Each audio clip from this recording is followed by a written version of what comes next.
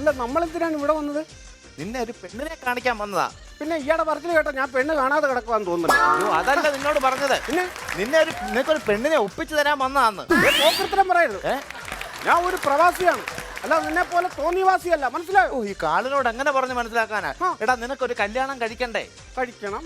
അതിനൊരു പെണ്ണിനെ കാണണ്ടേ? കാണണം. ആ അതിന് വന്നതാ നമ്മളിവിടെ. ആണോ? ഇപ്പൊ കാര്യം മനസ്സിലായല്ലോ. പിടികിട്ടി.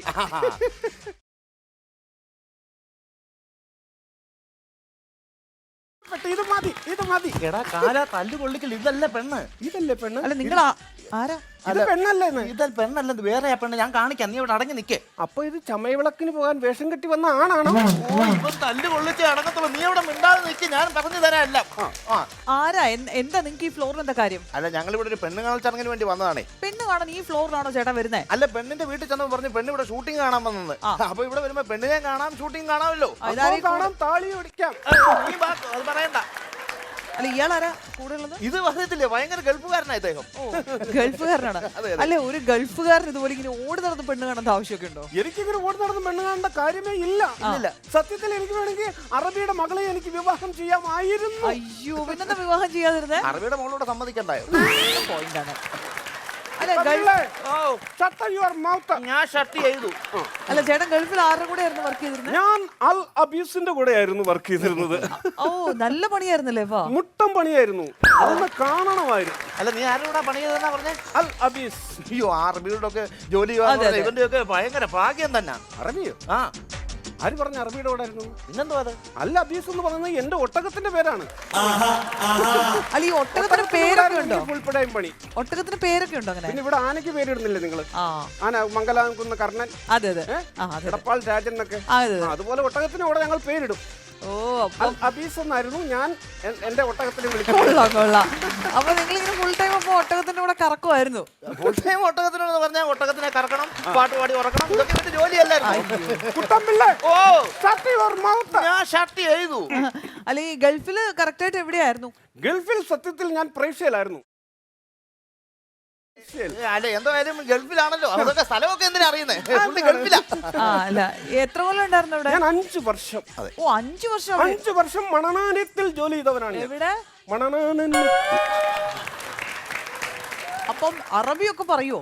അറബി പറയുമോന്നോ? വന്ന് കേക്കണം. രാവിലെ എണീച്ച മുട്ടൻ തെറി വിളിച്ചോണ്ടാണ് അവൻ എണീക്കുന്നത്.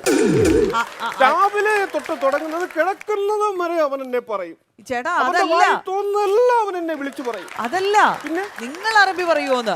ഞങ്ങളുടെ അറബിയും പറയും, പിന്നെ കണ്ണി കാണുന്ന അറബി എല്ലാം പറയും. ഇതിന് മാത്രം തെറ്റെന്താണ് ഞാൻ ചെയ്യുന്നത്? അല്ല ഇത് കൊച്ചു അതല്ല പറഞ്ഞേ. പിന്നെ അത് ചോദിച്ചത് അറബി പഠിച്ചിട്ടുണ്ടോന്ന് അത് ചോദിച്ചത്. അറബി പഠിച്ചിട്ടില്ല. അറബി പഠിക്കാത്ത കൊണ്ടല്ല ഈ മലയാളികൾക്കെല്ലാം അവിടെ ജോലി കിട്ടുന്നത്. ഇവർക്കൊന്നും വിദ്യാഭ്യാസം ഇല്ലെന്ന്. കാട്ടറബികളെ വിവരവും വിദ്യാഭ്യാസവും ഇല്ല. ചേട്ടന്റെ വീട്ടിൽ ആരൊക്കെയുണ്ട്? വീട്ടിൽ അച്ഛനും ഞാനും മാത്രമേ ഉള്ളൂ, അമ്മയില്ല. അയ്യോ എന്ത് പറ്റി? എന്നെ അച്ഛനെയും വിട്ട് അമ്മ പോയി. ചേട്ടാ കരയല്ലേ? അതെ അല്ലെങ്കിലും അങ്ങനെയാണ്. നല്ല നല്ല ആൾക്കാരെ ഈശ്വരൻ നേരത്തെ വിളിക്കും, അതാണ്. അതല്ല, വിറകേട്ടാൻ വന്ന ഈശ്വര പിള്ള അമ്മ വിളിച്ചു പോയി. പോയതാണ്. ഞാൻ പറഞ്ഞില്ലേ ഭയങ്കര ഫാമിലിക്കാരാ. നല്ല ഫാമിലി. തല്ലുകൊള്ളണ്ട. വേറൊരു കാര്യം ഞാൻ പെണ്ണിനെ കാണിക്കാൻ ഇഷ്ടപ്പെട്ടെങ്കിൽ പറയണം. അതുകൊണ്ട് ഇരിക്കുന്നതാണ് പെണ്ണ്. ഇഷ്ടപ്പെട്ടോ? ഇഷ്ടപ്പെട്ടു. നിനക്ക് എന്തെങ്കിലും ഡിമാൻഡ് ഉണ്ടേ ഇപ്പൊ പറഞ്ഞോണം. ഇപ്പോഴത്തെ ചെറുപ്പക്കാർക്കെല്ലാം ഡിമാൻഡ് ഉണ്ടല്ലോ. ചെറുപ്പക്കാർക്കല്ലേ? പക്ഷെ ഞാൻ അങ്ങനല്ല, ഞാൻ വ്യത്യസ്തനാണ്. എനിക്കൊരു 500 പവനും ഈ പൃഥ്വിരാജിയുടെ ഒരു കാർ മേടിച്ചല്ലോ, മന്ദാകിനി. ലംബോഗിനി. അതിലൊരു കാർ മതി. അത്ര മതിയല്ലേ? ഇയാളെ വിളിച്ചോണ്ട് വേഗം ഇറങ്ങും ഇവിടുന്ന്. മനസ്സിലായോ? ഇവിടെ ഇങ്ങനെയൊക്കെയാണ് പറയുന്നത്. അപ്പൊ ഞാൻ ചോദിച്ചത് കുറഞ്ഞു പോയോ? സ്ത്രീധനം വേണം. കുറഞ്ഞു പോയി, കുറച്ചിലായി പോയി, വളരെ കുറച്ചിലായി പോയി. ഒരു 500 കയറ്റി അടിക്കാം. നാണമില്ലേ ഇതുപോലെ പബ്ലിക് ആയിട്ടുള്ള സ്ഥലത്ത് വന്ന് സ്ത്രീധനത്തെ കുറിച്ച് സംസാരിക്കാൻ തന്നെ നാണാവില്ലേ? ഒരു കാര്യം ചെയ്യ്, നീ ഇവിടെ നിന്ന് മേടിച്ചോ, ഞാനങ്ങ് പോവാ. എനിക്കൊന്നും ഇതിന്റെ പങ്കില്ല കേട്ടല്ലോ. അതെ, ഏതായാലും ആ ബ്രോക്കർ പോയ സ്ഥിതിക്ക് ഈ കല്യാണം ഇനി നടക്കില്ല. ഞാൻ തന്നെ ഇപ്പൊ തന്നെ വിളിച്ചോണ്ടങ്ങ് പോയാലോ? ഇറങ്ങണോ ഇവിടുന്ന്? തന്റെ നിഴൽ ഇനി ഈ ഫ്ലോറിൽ കാണുന്നത്. Get out house. അഫീസിനോട് ഞാൻ പറഞ്ഞു കൊടുക്കും.